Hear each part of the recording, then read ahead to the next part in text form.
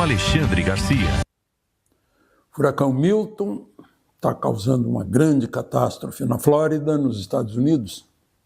Eu estou numa cidade, em Lisboa, que foi completamente destruída por um terremoto em 1755. A gente no Brasil, de vez em quando, passeia no Chile, que tem 2.000 vulcões, né? Boa parte deles em atividade. E o Brasil não tem nada disso.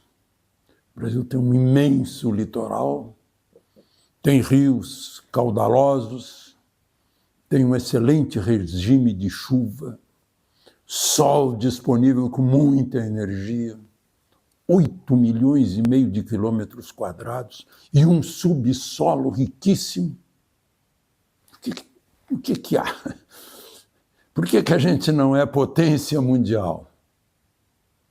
Muita gente acha que o Estado brasileiro atrapalha. Agora mesmo, a Confederação Nacional do Comércio iniciou uma campanha contra os gastos do governo, porque o governo gasta mais. Aí o governo se endivida. A dívida do governo, do atual governo, cresceu assim 1,5 trilhão por aí. Eu não sei de cabeça, mas passou bem de 1 trilhão. Saltou de 71% do PIB, de tudo que se produz no país, 71% é dívida. Era, quando terminou o governo Bolsonaro. Agora está chegando aos 79% do PIB. O que significa isso?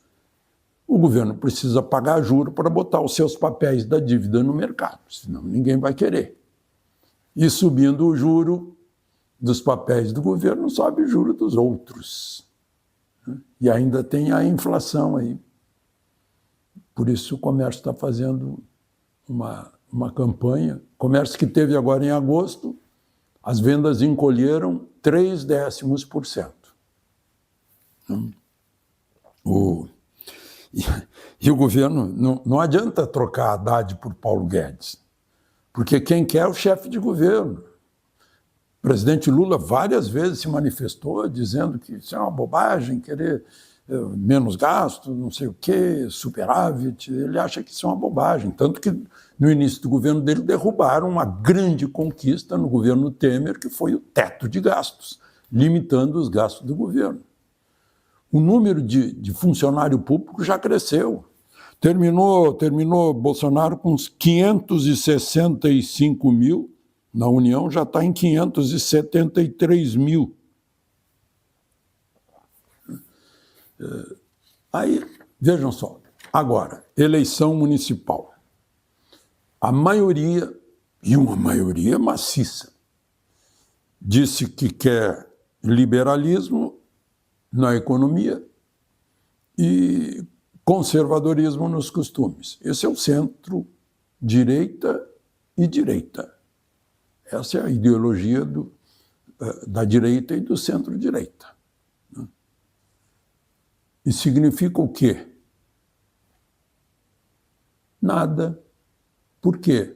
O governo central enfeixa o dinheiro, que deveria ser das prefeituras.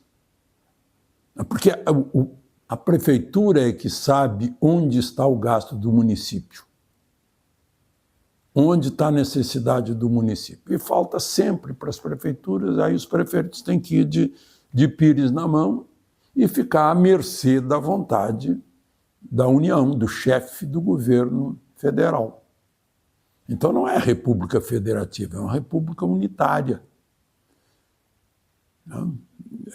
Então, é o Estado que fica aí atrapalhando.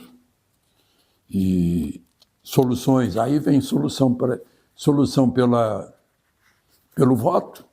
O que adianta? Vejam só, o referendo sobre armas foi lá atrás, mas ainda no atual milênio, né? 64% em favor das armas. Não adiantou nada. A vontade popular se expressar num referendo, porque o governo continuou fazendo leis restritivas às armas de defesa das pessoas, à segurança das pessoas. ao direito básico à vida e à propriedade. Não? Bom, falar em armas, vocês devem ter visto nas redes sociais o ministro da Defesa, Zé Múcio, denunciando que, por ideologia antissemita, em outras palavras, não se compra uma partida de material bélico que Israel venceu numa concorrência pública. E isso enfraquece o poder de defesa, de dissuasão do Brasil. O atual governo põe ideologia em primeiro lugar e está, no caso de Israel, o atual governo está claramente em favor do Irã, que quer extirpar Israel do mapa. É isso que a gente está vendo, né? E não adianta a vontade expressa no eleitorado do município. Agora é interessante, eu vi aqui no Poder 360, Lula ganhou a eleição, né? A última eleição presidencial. Ganhou em 3.123 dos 5.570 municípios. Só que na eleição de agora, o PT ganhou em apenas 217 prefeituras. É mais um indício de que a gente estranha o resultado da eleição presidencial. Resultado de eleição, né? A eleição de São Paulo, tá aí, tá todo mundo olhando para a eleição de São Paulo. Aí eu fico ouvindo o eleitor paulistano. Ele lembra o quanto os eleitores de São Paulo contribuíram para a atual situação de São Paulo. Tendo Luísa Erundina, Marta Suplicy, Haddad como prefeitos. Sabem o resultado. Mais gente dormindo na rua, mais morador de rua, mais Cracolândia. É uma coisa que tem que ser vista nesse momento. E São Paulo é cosmopolita, não só em relação ao mundo, mas em relação ao Brasil. Daqui um amigo paulistano me ajudou aqui, né? Italianos na Mooca, no Brás, no Bexiga. Judeus em Higienópolis, Bom Retiro. Japoneses na Liberdade e Aclimação. Libaneses em Moêmia. Né? E o Brasil todo no Jardim Ângela, Grajaú, Itaim Paulista, Itaquera, Santo Amaro, lá tem Bahia, Pernambuco, Paraíba, Minas Gerais, Goiás, Paraná, né? E tem o território de esquerda na Vila Madalena, me disse esse paulista. E aí a gente fica pensando, né? Olha aí os candidatos para o segundo turno, a gente acaba caindo, no caso paulistano, mas o eleitor brasileiro em geral, né? Os candidatos que os partidos oferecem para o eleitor tem que decidir entre o menos ruim. É difícil aquela eleição que o sujeito vai direto, esse é excepcional, esse é o candidato ideal com o qual eu sonhava. Eu, cada vez que falo em candidato ideal, eu lembro como nós perdemos o Enéas Carneiro, né? A gente ridicularizou o Enéas, e o Enéas tinha razão, né? Bom, mas eu esqueci de falar ontem, eu falei da Comissão de Constituição e Justiça, que aprovou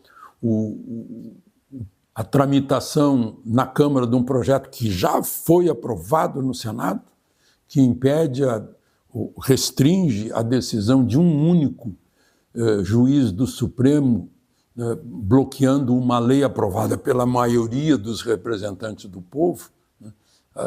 Está indo agora para uma segunda comissão, a comissão especial, antes de ir para o plenário. Mas também aprovou uma outra emenda constitucional deste ano, número 28 de 2024, cujo relator é o deputado Luiz Felipe de Orleans e Bragança, pela qual essa proposta, 2/3 dos deputados, ou 2/3 dos senadores, podem suspender por 2 anos e mais 2 anos alguma medida do Supremo que contrariar os interesses da nação, né? Passou já pela Comissão de Constituição e Justiça, o score foi 30, foi um score bem expressivo, 32 a 12. Mas agora se fala que Arthur Lira já conversou com o Supremo sobre esse assunto, sobre a tramitação, que não é nada contra o Supremo, né? Na verdade, ele liberou a tramitação disso porque o Supremo andou trancando emendas dos parlamentares. É uma resposta ao ativismo do judiciário. E essa coisa começou, vamos apontar um responsável aí, Randolfo Rodrigues. Era da Rede, a Rede não tinha voto.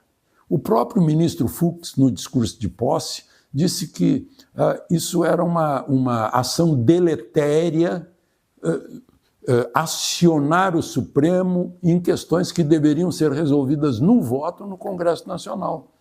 E Randolfo Rodrigues foi contumaz nisso, porque o partido dele, eu acho que ele era o único do Senado, né? Então representava o partido, porque o partido pode, o senador não pode, o partido pode. E entrava no Supremo, né? O Supremo, a Constituição diz que a Justiça não poderá recusar nenhuma atuação. Isso não é iniciativa do Supremo. O Judiciário não tem iniciativa, salvo exceções, né? Salvo juiz de exceção. Não tem iniciativa, né? Aí vai lá o Randolfo Rodrigues, agora ele parou, porque agora ele é líder do governo no Congresso. Então parou. Mas começou com isso. E eu acho que esse ativismo do judiciário animou o ego e estão gostando desse ativismo. Essa é a reação do Congresso. Essas 2 propostas de emenda constitucional contra o voto, a decisão de um único juiz que bloqueie uma lei de 400 deputados e senadores, e essa insurgência, o ministro, aliás, o relator, deputado Luiz Felipe de Orleans e Bragança, disse que é exatamente contra o ativismo judicial, para dar um freio no ativismo judicial. De Lisboa, Alexandre Garcia.